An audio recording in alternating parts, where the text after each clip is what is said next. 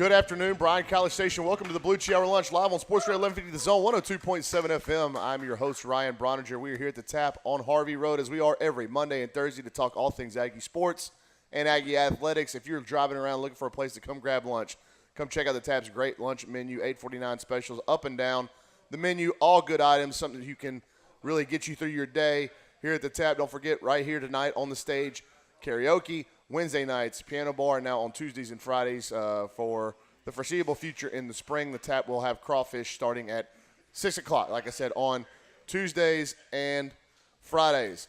What a weekend for sports in general, but for A&M sports. And on the A&M campus, phenomenal performance by Gary Blair and his girls back into the Sweet 16. And I say this, and I've said it, I've asked Luch this before on the show.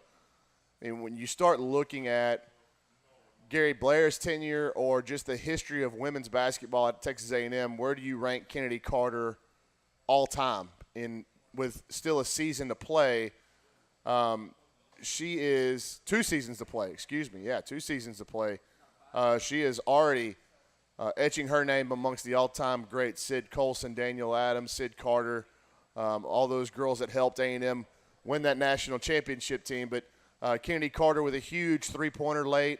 Shambria Washington with a couple of huge shots late to lift the Aggies past Marquette yesterday at Reed Arena and send Gary Blair into another Sweet 16. And I thought it was I don't know if you guys read or heard Gary Blair's post-game comments, and said he's tired of people doubting his team, and he's tired of people wondering when he's going to retire. And he's given all the doubters every reason to shut their mouths with another Sweet 16 appearance. And they may run in, I believe, is it Notre Dame? They've got Notre Dame in the Sweet 16, which will be a very tough out for the Aggies. But, they beat them before in the tournament setting to win the national championship. So certainly the brand of Notre Dame basketball won't intimidate Gary Blair and his girls. So I was really happy to see that yesterday. Obviously, everybody's talking about their brackets. It's been kind of weird how the men's Sweet 16, it's almost chalk. I mean, it's 1 4s and 2 3s all up and down this thing, and with the sprinkling of Oregon mixed in. And who's the other double-digit seed I'm missing? Oregon's the only one. That's right. And then the highest seed outside of that was Auburn at 5. And so, like I said, a lot of chalk in the bracket. Top seeds holding form, and I don't know that. I mean, I like the LSU-Michigan State matchup. LSU's got so many athletes. Michigan State's beat up a little bit. But there's no way that I'm not going to pick Michigan State in that game with the coaching differential. As usual, Billy comes in here running his mouth after he was at a very questionable concert last night. Pink? Very questionable. Yeah, there's nothing questionable about it. What? I'm sorry, I just don't only go to Texas. I drape myself in the flag, Billy. Well, here's my I drape myself in the Texas flag. You go to a lot of cool concerts. That one last night was not cool. That girl Pink's got some bizarre hair. She's got a blonde She's got even worse music. Shoot. Did you empower? You wouldn't know a good singer if she came up and punched you across the face. Did you empower your feminine side last night? No, she's not. She doesn't like. She's not. I'm trying to think of who's like that. She's not like that. She doesn't. It's like a very girl power singer. It probably is, but I went with a girl. Oh, well. So I mean, I didn't invite you to that one, did I? Speaking of somebody, I'll be at Mark face, I'll be at Mark Chestnut, which you invited me to. I'll be at Mark Chestnut Saturday. Well, you're uninvited now. On air, you're gonna on air. This is an on air. I was calling you out. Uninviting. Yeah. He ridiculed Pink, so he doesn't get to see the nut. Well, now I'll find a way. Chestnut. I like you missed out on. All right, but speaking of punching you in the face, what? How about the guy that on Twitter this weekend?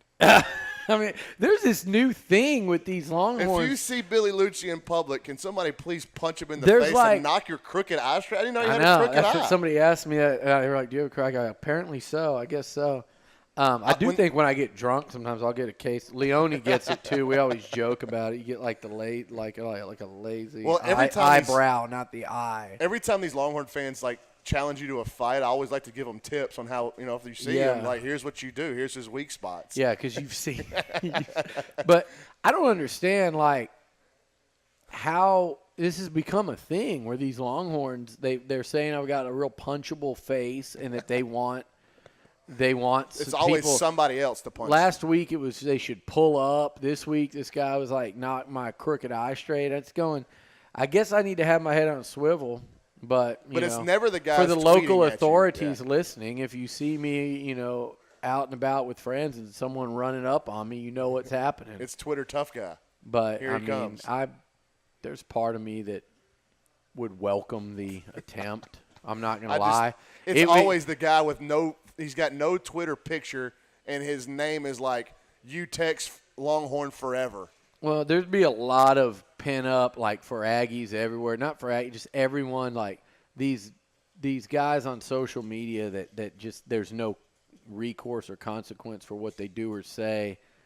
I think one time I ran into a guy, and he actually came up to me and said, "I don't like what you're saying about Oklahoma. I'm so-and-so." And I said, "Oh, I actually thought you were a female because of his name. He had a girl's name." And I was like, I literally would have talked more crap to you, but I've always thought you were a girl. His picture was like him and his girlfriend. I thought it was his girl. So I go, "Man, this girl's really aggressive to me." I was explaining it to him.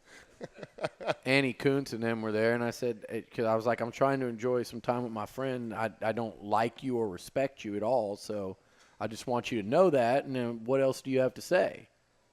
And he was like, "Well, I just think you're too hard on Oklahoma and the Big 12." There are people that wake up. Like, that all live right, their life that way. I don't respect your opinion, but I appreciate you saying it to me. And I go, "You're better than most of the people that just." I mean, he sought me out. Like, hey.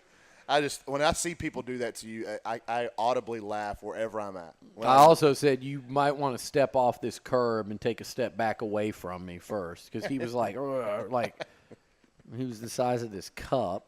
Front table would have worn him out.